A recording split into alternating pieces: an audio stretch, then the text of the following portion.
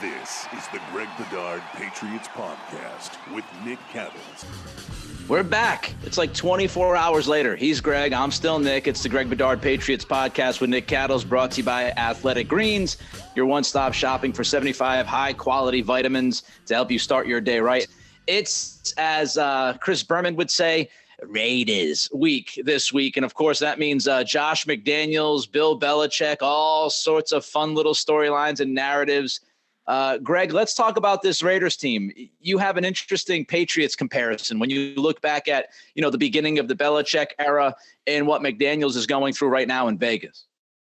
Yeah, so, Nick, and I'm sure you get it because you're broadcasting in Sacramento. The Raiders are still, very relevant there. So you've been, watching this team, almost as closely as I have. And just to let people know, I've been watching the Raiders film every week, similar but much quicker to what I do with the Patriots, just because, it's McDaniels, it's somebody I covered. And, plus it's kind of like seeing that offense, at least that offense, but, and to a certain extent, almost like, and I don't want to make a direct comparison because they're obviously two different people. But sort of like Belichick part two, because like Bill Belichick, Josh McDaniels was employed at one time as a head coach. I think Bill was a lot more successful than Josh was in his short stint in Denver. Josh was a lot younger, wasn't ready for the moment. And then Bill went back to being a coordinator for a while, just like Belichick did. And then McDaniels is getting a second chance, just like Belichick did, as being a head coach. And so it's just interesting. And because I sort of joined the Patriots halfway through, sort of around 2010 in terms of covering them. This is something different. This is sort of seeing the implementation of what the Patriots do in a whole new circumstance in a whole new place. So I just think it's cool to compare, contrast, and certainly with the offensive stuff going on here and there, a big comparison. But, Nick, in this day and age, and really it drives me crazy on Twitter. I really wish I didn't have to use Twitter for anything because it's really just completely pointless. And it's a bunch of clueless people yelling about stuff they have no idea about. Yet for some reason, because they have a Twitter account, they think they have a right to their opinion. They think their opinion matters. And so, everything is the worst this, the best this. And I'm sure I'm guilty of it at times, hyperbole and stuff like that. But, every week it's, Josh McDaniels sucks. He needs to be fired. He's this, he's that. People just need to relax. I mean, people forget because Twitter wasn't there and if Twitter was around for the 2000, early 2001 Patriots, Belichick would have been fired about 15 different times. People forget that before he got hired, the Patriots, the end of Bill Parcells, of course, going to the Super Bowl, and then Pete Carroll, they made the playoffs 3 out of the 4 seasons before Belichick got hired. Pete Carroll's last year, they were 8-8. They didn't make the playoffs. So Belichick comes over and takes over, not a completely devoid of talent franchise or anything like that. The pieces were in place. We now know in hindsight, the Brewskis, the McGinnis, guys who maybe weren't used as well as Belichick did, how well he used them. Belichick didn't take over a dumpster fire, and he came in his first season, he was 5-11. I mean, they went from 8-8 to 5-11, and then they started 1-3 in 2001. And then, there have been books written and documentaries about how those guys were legit worried about getting fired early on in that second season before we all know what happened. Mo Lewis, Drew Bledsoe, Tom Brady. The course of the franchise in professional football was changed forever. So not to make a direct comparison to what's going on, what happened here to what's going on in Vegas. But, look, everybody wants to point out, even, Raiders fans, they want McDaniels fired every week. Last year they were 10-7. They made the playoffs. that's great. Of course, it was the first or second year of expanded playoffs. They did it under Rich Bisaccia, the interim coach. I think they kind of they caught lightning in a bottle. They won a lot of their close one-score games, and it sort of depends on how you view that. The analytics people will tell you one-score games is more about luck than it is talent. That the Raiders last year were one of the luckiest teams in the league. They benefited from that.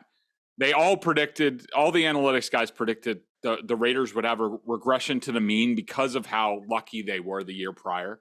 That has held true.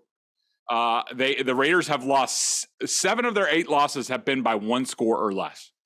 And I'm sure next year, because of the regression to the mean, again, because they swung so wildly from one way to the other, next year they're going to be a trendy pick to do really well. Long story short, look, the Raiders should be better than where they are. Everyone owns a piece of that. The coaches, the players, every game, to me, it's been something different that has been missing on this team. But the bottom line is this: the Raiders just don't make enough plays collectively to win the games that they should. Now, I don't think that's an indictment on McDaniels. I think it's an indictment on everything. I don't think they have enough players on defense, which their defense is really bad.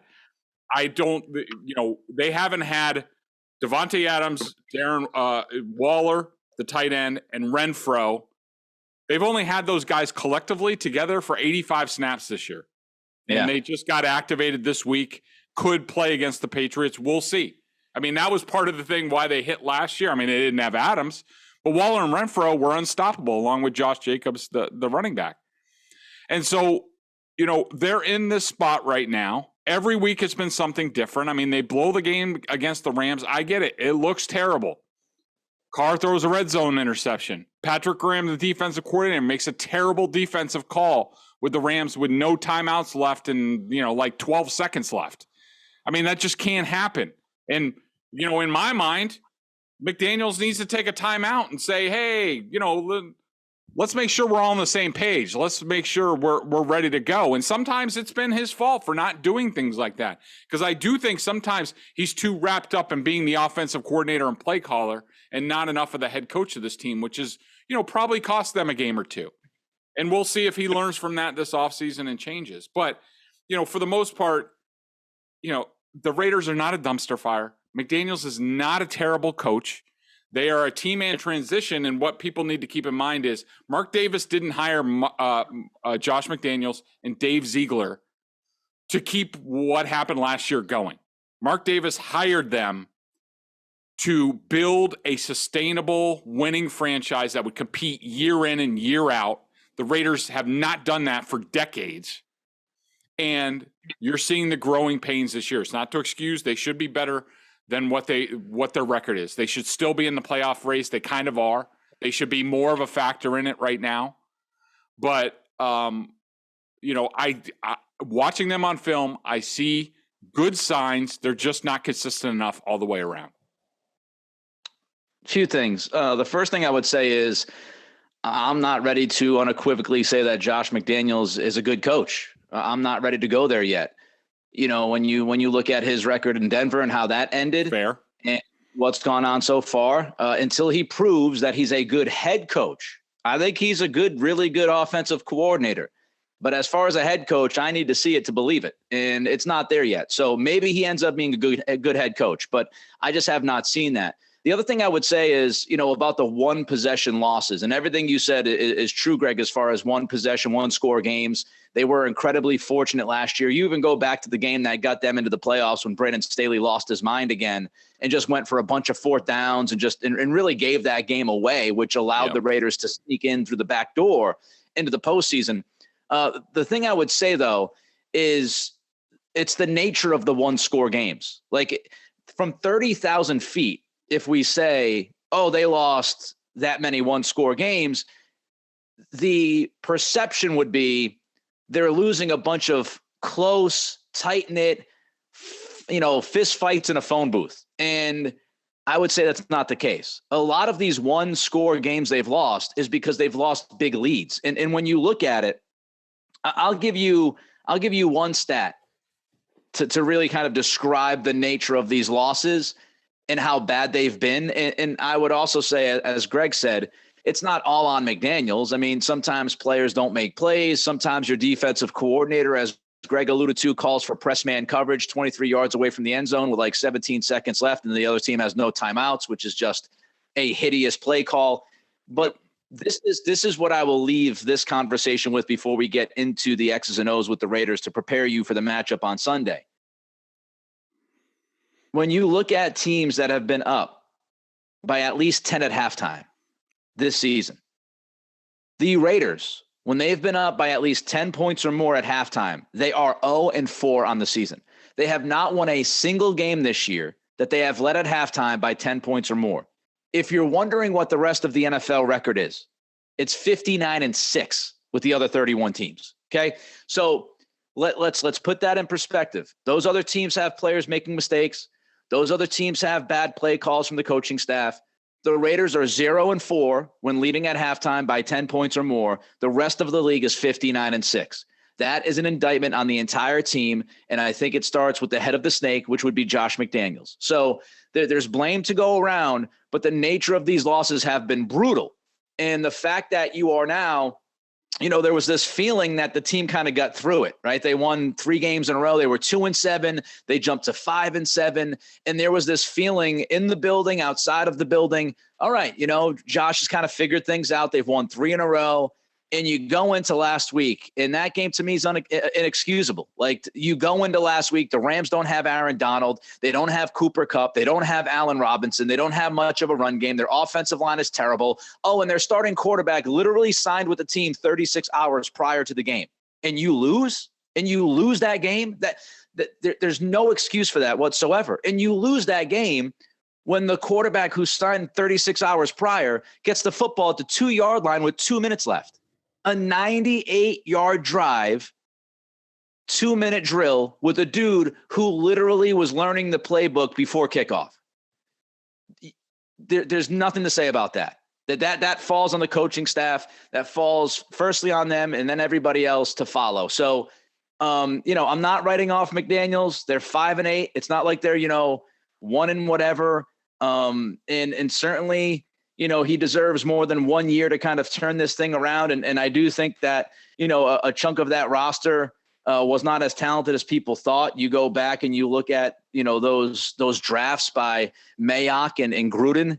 Holy crap, they were terrible. So it is kind of a rebuild, but I just would look at the nature of the losses. And I do think McDaniels has a lot of questions to answer as he gets ready for this next offseason going into next year. Let's look at the football team before we get to Athletic Greens. Let's start on the offensive side, Greg. Of course, McDaniels, as you just mentioned, he's calling the plays. He's the head coach. He's got his hands all over this offense, as you would expect. When you watch these guys play, what are your thoughts?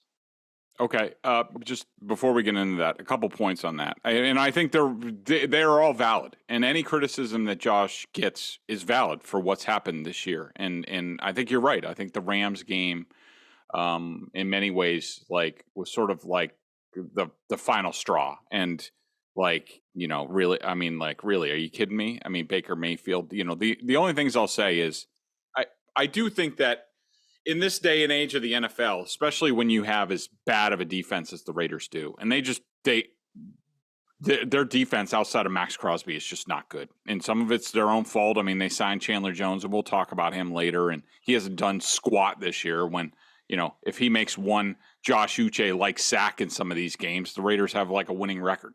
I do think that the Rams game sort of encapsulates what it's been like this whole year, which is, you look at, on one hand, you look at the leads that the Raiders have built in these games, and some of these games, to me, that's an indication of, all right, Josh McDaniels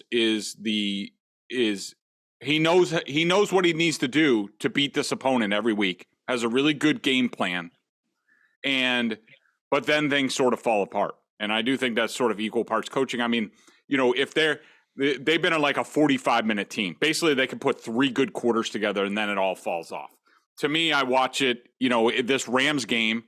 I mean, the amount of mistakes and stupid penalties and, jumping off sides and Jerry Tillery, like, hitting the ball out and, like, just dumb stuff. Like, is that the coach that, for 45 minutes they don't do it and then in the last 15 minutes, I don't know. And here's the other thing that I just wanted to say about McDaniels. It'll be interesting to see what they do this offseason, Nick, because everything that I heard about McDaniels, and I do know McDaniels, from covering him. And so, I have more insight into him than other coaches, like a Matt Patricia, who I don't really know. To give people some background on Josh, like, people in the building, people with the Patriots, people high up, like, everyone talks about, and this includes Bill Belichick. When Josh would get mentioned for other jobs, what he would tell other owners is that outside of Nick Saban, Josh McDaniels is the smartest coach that Bill Belichick has ever been around in terms of being able to look at all phases of the game and understand it and coach it and attack another team. Similar to, Nick Saban's a CEO coach, Bill Belichick's a CEO coach. But the thing is that McDaniels, he's so consumed with his offense. You see him on there. He's got the play sheet. He's sitting down on the bench with the quarterback. Like, my counsel to him, my advice to him is be like, you need to find somebody to run your scheme so you can be a CEO coach. And Nick, this goes to what you're talking about in terms of, just missing certain things. If Josh McDaniels was just there watching the game on the sideline, like Belichick, and writing stuff down and looking at the play caller of the other team and being like, they're setting this up, or aren't there times in that game where he could give insight to his players and his coordinators on all sides of the ball that says, like, look, this is coming, or motivate a player in a certain way, where now that gives you those extra plays that you're not making in those games. So it'll be interesting to see if McDaniels pivots that way at all. So those are just a couple of thoughts. But in terms of their offense, look, it's sort of like a rudimentary old school Patriots offense. You're going to see Jakob Johnson, the fullback, out there. They are going to, the best thing about their team is that, Josh Jacobs, as far as their offense, the idea this year was basically to, have those guys. They were going to base it around the passing game with Devontae Adams and Waller and Renfro and Matt Collins as sort of the fourth receiver, and basically seeing, if they're gonna tilt covers to Devontae Adams, then you hit Waller and Renfro underneath. If they try to take away Waller and they single up Devontae Adams, now you're going to go deep to Devontae Adams. That's never happened because of, Waller's been basically a crap show this whole year, sort of like a hold in during camp with his during training camp with his quote unquote knee or whatever, gets his contract. All of a sudden now he's out there. And then, what do you know? The guy gets hurt because he wasn't out there all during training camp. Renfro is a guy who got hurt in the Patriots practices. And to my eyes, he was not nearly the same player as he was a year ago in terms of quickness off the line. Like he had no juice whatsoever before he went on IR. Will he be better this time around? I don't know. But once those injuries hit, the Raiders basically realized they had to pivot. Josh Jacobs is what has always been, since he was a rookie in this league, one of my favorite players to watch on film. He's one of the best running backs in the league. He can do it all. He can run with power. He has vision. He can catch the ball. He's a breakaway threat. The offensive line is not good and has gotten worse. The injury issues have gotten worse. Colton Miller is a good, solid left tackle. Nothing spectacular, but pretty good. I would say he's in the upper echelon of the league. Dylan Parham he's at left guard still. He's a rookie. Yeah, he is. He's been a disaster the past couple weeks. He's basically their Cole Strange, where it's been like up and down. Some weeks he's great. He's trending poorly, sort of like Cole Strange is. Andre James, decent, okay center. Nothing great. Andrews is probably much better than him. Right guard has been an issue. So Alex Bars he got hurt last week. Basically, he's been okay at right guard for them, but it looked like his knee was taken out. Sort of like a journeyman type guy. So I don't even know what they're going to do at right guard. They might have to move former Patriot Jermaine Illuminor inside to right guard. He hasn't been good at right tackle. The Raiders have been very similar to the Patriots as far as right tackle. Illuminor's gotten better as the season's gone on, but it still hasn't been great. And Thayer Munford, 7th round rookie, who I think the Patriots had a lot of interest in drafting or signing after the draft. Kid's got a lot of talent. Needs to be developed, but a future starter there. So they're a bit of a disaster on the offensive line. It's where the Patriots can sort of make some hay in this game. But to me, as far as the Raiders offense in this game, it's about what are they going to have? Is Waller back? Is Renfro back? Are they ready to go? And does McDaniels now have the pieces that he thought he was going to have before the season? And, will that be effective against the Patriots? And that's even before, we get into Derek Carr, which we could spend almost a whole podcast on. Well, injuries matter, right? I remember the second time around, Patriots-Giants in the Super Bowl. You can't tell me that the Patriots lose that game if Rob Gronkowski is not on one leg. Like, he was so crucial to that offense, and the fact that he was just a decoy in that game. Injuries matter. I've said that from the very beginning of being a sports fan and then being somebody in the media. I know people in the media sometimes, injuries and officiating, I've said it, they don't impact you. They almost ignore those two things as if they don't exist. Injuries matter. Officiating matters. And so, yes, you have to account for the injuries to Waller and Renfro. They're two vital pieces of this offense. And with both of them out, it's been tougher. With that said, Adams has been a stud. Jacobs, you hit all the bullet points. He's been a stud. He's been terrific this year. They have some play calling questions. I think McDaniels has had some head scratching moments. He loves trick plays, man. If you think Andy Reid loves trick plays, watch Josh McDaniels. This dude, he can't help himself going Madden 22, Madden 23 whenever he can. He loves the double reverse, okie dokie wide receiver pass. He loves it, and sometimes most of all he calls these. I think, a number of them can work certainly. But there's been other times where, I feel like they have momentum as an offense, and I get what he's doing, like momentum, and then he wants to land the haymaker. But sometimes I think he gets a little too creative, a little too excited, and he calls, much like Andy Reid, he'll call these trick plays to me at inopportune times. Like your offense is rolling, your quarterback is in a rhythm, and now let's have a double reverse wide receiver pass. It's like, Josh, settle down. You don't have to do that. So there's been some of that. They haven't had balance on offense most games. It's like either Derek Carr in the passing game is doing well, and Jacobs isn't doing much early in the season, and then Jacobs takes over. And like last week, they ran the ball 2-1, right? So there was kind of a lack of aggressiveness. You could say it's because Josh is afraid of Derek Carr, or he's afraid of his defense playing too much, and the offense of the opposition just absolutely crushing his defense.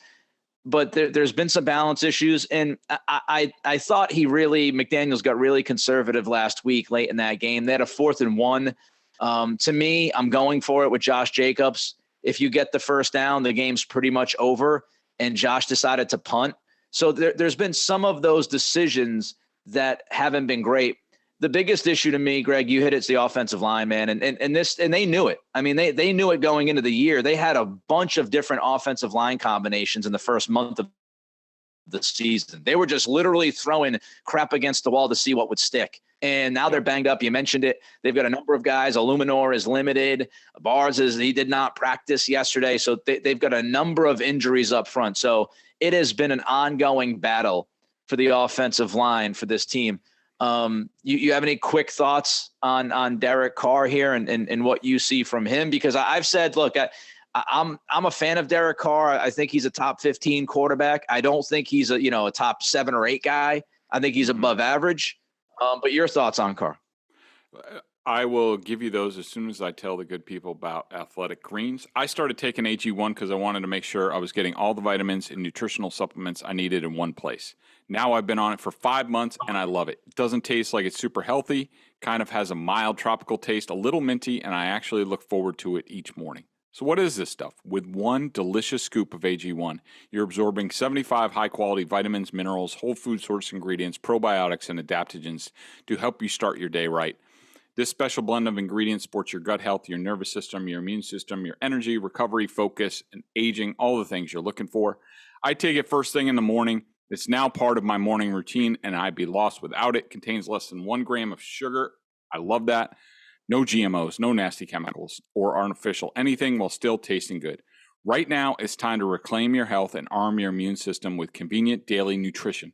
It's just 1 scoop in a cup of water every day. That's it. No need for a million different pills and supplements to look out for your health. To make it easy, Athletic Greens is going to give you a free 1-year supply of immune-supporting vitamin D, huge for us in New England, with the sun never being out anymore, and 5 free travel packs with your first purchase. All you have to do is visit athleticgreens.com/Bedard. That's athleticgreens.com/Bedard to take ownership over your health and pick up the ultimate daily nutritional insurance. So, Derek Carr. This is basically, so I have watched a lot of Carr from when I briefly covered the Raiders in 2019. I watched all of his 2018 film. I watched all of his 2019 film, and then I've watched all of his 2022 film. 2 different offenses, Gruden, West Coast offense to now McDaniels and his offense. To me, Derek Carr is the exact same player every single year. He is talented. I think he wants to be a really good leader. You've heard some of the sound bites. I think he is a really good leader. He's a likable guy. But at the end of the day, he is just not consistent enough. He will look like a top 5, top 10 quarterback for about 2 quarters a game. Then he will have a quarter where he is not good. And it's not awful. He's not throwing like interceptions left and right. He's just not seeing the game well. He's not seeing open receivers. He's not delivering the ball on time. He's not being accurate with his passes. And it ends up costing his team. Sometimes he pulls games out. I think he's tough. I think he will deliver the ball with a hit. But sometimes he just doesn't make the plays on a consistent enough basis. In my mind, watching the Raiders this year, McDaniels needs another quarterback. Carr is not the guy. Could he be a stopgap for a year if they draft a guy? Maybe. But they can get out from under his contract at any time, even though they gave him an extension. Could I see Brady there next year? Yeah. But, Carr, in my mind, I think he's done a good job transitioning to the offense. And he's improved at times, but here's a little thing that drives me crazy watching their film. The whole mic identification and check with me alert system that the Patriots do. Carr does it, but he's freaking annoying about it. It's like he needs to make a production out of it, and it takes forever, and it slows the offense down. And I don't think the rhythm's very good with Carr. And I would say he's a solid B quarterback, C plus B, depending on the day. And some games you're like, oh, I love Derek Carr, and he's our quarterback. Other games you're like, man, this guy stinks. I think he's been progressively worse this year. I think he's cost them in more games than he's helped them. And I think that when it comes to the Patriots playing defense against them, I do think they'll be able to trick him at times. I think he will throw the ball to them at times. And I think he's the type of quarterback that the Patriots will bluff pressure to get him to throw 3 yards into the flat where he'll get tricked. And the Patriots are like, well, we're going to bluff him because we want him to throw short of the sticks. And he'll do that, whereas other quarterbacks won't get fooled by that stuff. So, if I'm the Patriots, I'm not worried about Derek Carr in this game. He'll make his plays, but be ready to capitalize when he goes into zombie Derek Carr mode, because he will. At some point, he will. I think if we're going to give Josh McDaniels and some others on this offensive side some leeway due to a lot of the things we've already brought up, I think Derek Carr should be afforded the same chance. I think when you look at this, you can't talk about Derek Carr's quarterback play without talking about the offensive line. It's been unsteady in front of him, and I'm sure that's affected his play at times. The fact that you don't have Waller, you don't have Renfro, that, if that affects Josh McDaniels, it affects Derek Carr. The fact that he is learning a new system and trying to implement all of this. Again, I don't think he's a top 10 quarterback. I've always said he's like a top 12 or so quarterback. And look, really, what the hell is the difference between the guy who's ranked like 12th or 13th or and 15th in the league? Honestly, yeah, they're all kind of in tiers. That's who he is. Look, if you want to move on from Derek Carr, all I know is you better find somebody who's better. And it might be one of those be careful what you wish for scenarios for Josh McDaniels. If you're going to replace him, make sure you have somebody who's better than him. And it might shock some people, when you look at the options that you have, and you mentioned Brady, maybe he's an option, but when you look at the options that you have in replacing him, it's not easy. And that's why a lot of these teams in the NFL end up holding on to these quarterbacks who are kind of, in that middle tier. They're not in the top tier, but they're right below that. They're anywhere from 10 to 15 to 16, because if you make the wrong move and that quarterback ends up replacing that top 15-ish guy and he ends up being a 20 guy or a 21 guy, you screwed up, and then you got to start all over. So that is the very difficult part of the NFL. Everybody wants a top-notch quarterback. Everybody wants a top 5 guy. Well, guess what? There's a reason why there's only like 5 of those dudes in the league. It's not easy to just pluck one out. So, Nick, I completely agree with you on that. And just for comparison's sake, because in my mind, from watching the Raiders, they need a better quarterback. And if I were Josh McDaniels, I would go to Brady for a couple years as a bridge guy. You talk about like it's not easy, and who knows, Brady at 46, who knows if he's good enough. But say for example, say for example that Patriots get to the offseason and Belichick says we're going full bore with Matt Patricia and Joe Judge want Bailey Zappi, and they want to trade Mac Jones, and Mac Jones would be, I'm sure McDaniels would, be open to that. And Josh McDaniels really likes Mac Jones. He got off to a good start with him as a rookie. We know all about that. But if you're Josh McDaniels, are you comfortable betting basically your head coaching career on Mac Jones coming out there? In my mind, I wouldn't. So that illustrates your point about it's not easy. And if you get it wrong, especially after this season, if say they bet the house and they trade for Mac Jones, it better work. And I don't know if I have that comfort level in a guy like Mac Jones that, where my franchise is, where I'm still building it up. Is Mac Jones good enough to elevate us past a Derek Carr? I'm not ready to say that. No, and that's why the handling of Mac Jones should infuriate every single Patriots fan, because the quarterback situation, man, it's so difficult in the NFL. If you get a guy who could be, slightly above average, a top 15 guy maybe, which I think is Mac's ceiling, kind of, somewhere in that 15 range, you gotta coach him up and support him as best as you can, because there's no easy route to just turn around and find somebody who's guaranteed to be better. All right, quickly, let's run through this Raiders defense. We've gone a little long today. Your thoughts when you watch this defense on film? They're horrible. I mean, they don't have very much personnel. I will say they've gotten better in recent weeks. Patrick Graham, of course, former Patriots assistant, former Giants defensive coordinator. They were terrible for much of the season. They've gotten better in recent weeks. They've started to use some of the, and it won't work against the Patriots because they're used to it. Some of the old Patriots tricks of let's drop a guy into coverage and bring somebody else. A lot of that has worked. They got, the good players on their defense. Max Crosby is unbelievable. If people haven't watched him on a game in, game out basis, he is legit defensive player of the year. If the Raiders were better, if the Raiders were 8-5, he would be top 5 for defensive player of the year. I still think he is. Every week, and I chart the Raiders just like I do the Patriots. If you think Matthew Judon's good for the Patriots, Max Crosby's better for the Raiders. He is more impactful every game, and he plays the left side, which is the weakest side, right tackle for the Patriots. So good luck there. They will move him around a little bit. They'll kick him inside on passing downs. Chandler, so Max Crosby is unbelievable.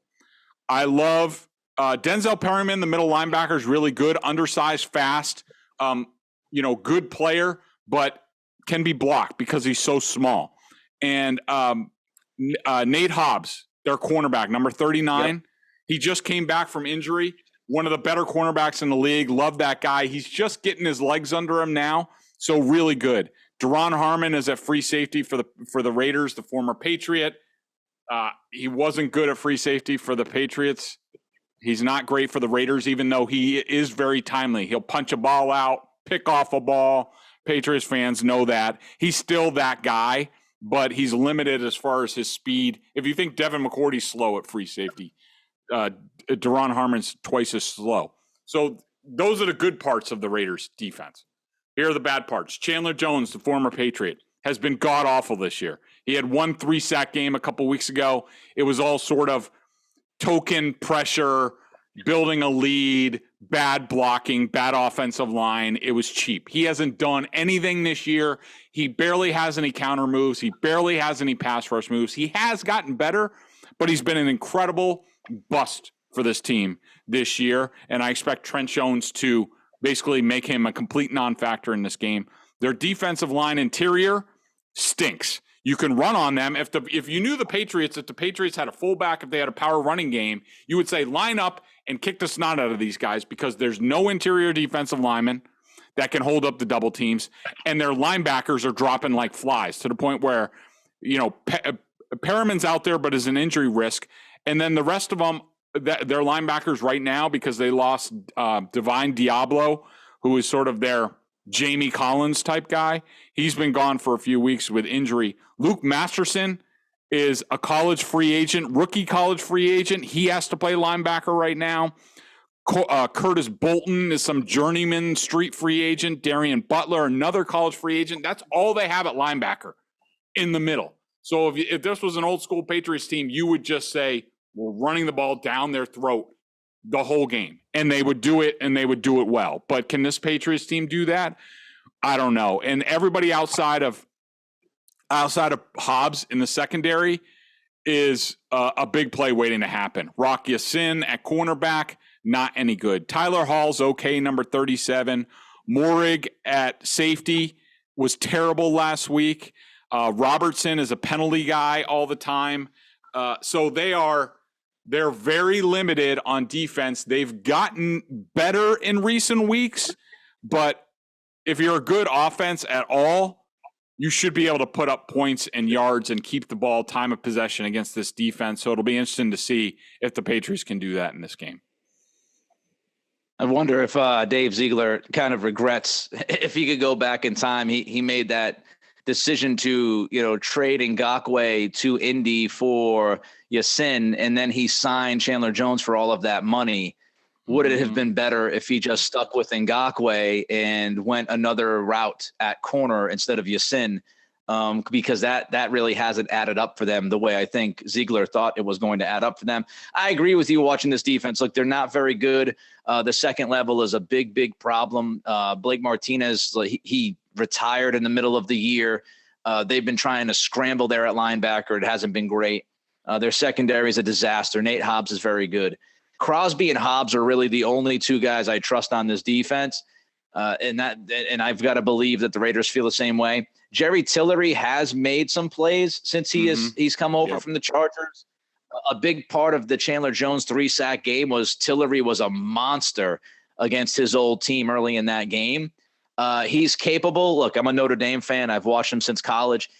He's capable of making some big plays, but he's also capable of kind of disappearing for legs. So we'll see if Tillery can make some plays. Andrews just has to make sure he's paying, tight attention to Tillery, because he is a dude that can kind of screw a drive up with one big drive through the middle. with that pass rush. So just keep an eye on him. Dave Andrews going to make sure that you don't let him get going. All right. So this is a pick'em. This game is a pick'em. The over-under is 44.5. At last check, I believe I'm 11-2 against the spread. Greg, I think you're 10-3 or somewhere around there. I think. I think I'm against the spread. Yeah. Mm-hmm. Yeah, you're right. So Greg's 10-3. I'm 11-2. So we're close together. And looking at this game, I'm gonna tell you straight up. If people take advice from us, I'm not super confident in this game this week. Yeah. I go back to the Vikings game. The Vikings game I wasn't super confident in, and I got burned on that one. The Jets games, I didn't really know what to make of them.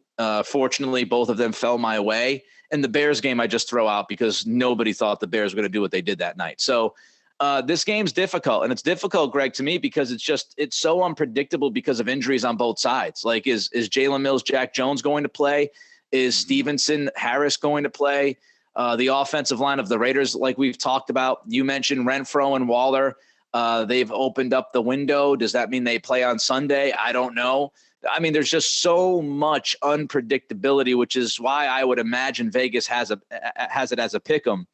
Where do you fall on this one? Are you confident, not confident, or are you like me, just man, these injuries and just the West Coast thing, just so unpredictable? Yeah, this is I am not confident either. I mean, I agree with you. I mean, the Patriots could get Christian Barmore back this week. What's the state of their offensive line? I think that McDaniels will definitely have an offensive plan that will give the Patriots a lot of issues. Will Derek Carr hit those plays? Good question. What Josh Jacobs is coming off a hand injury where he couldn't even carry the ball in his left hand, but I guess the x-rays were negative. I mean, what kind of shape they're in? I think the Raiders have a big advantage that they've been off for 10 days and the Patriots are on a short week. So not only do the Raiders have their institutional knowledge of the Patriots, but they have extra days to fine tune everything. Will McDaniels be a little bit too over-eager against this team? And, I think it's all there to be questioned. I mean, I could definitely see this game being another game where the Raiders jump out big. Can the Patriots come back and, from that deficit? I do. In a vacuum, I don't think that they can. Against this Raiders defense, yes, I do think they can. But to me, I'm going to go with the Raiders in a close game. I think it'll be a field goal game.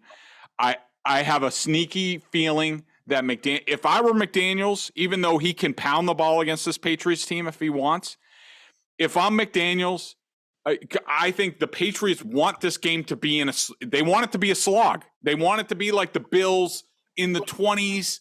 If I'm Josh McDaniels, I'm doing whatever I can, whether it's blitzing on defense or going no huddle on offense. I'm changing the tempo. I'm playing this game at a fast pace because the Patriots can't hang at that pace. Do I think he's going to do it? No, I don't. I think he's going to stay. He's going to keep it a slog along with the Patriots. That favors them. But at the end of the day, I like Max Crosby against the Patriots offensive line more than I like Matthew Judon against the Raiders offensive line. I know Josh McDaniels will have a plan for Judon, and I don't think that Josh Uche will beat Colton Miller on the other side.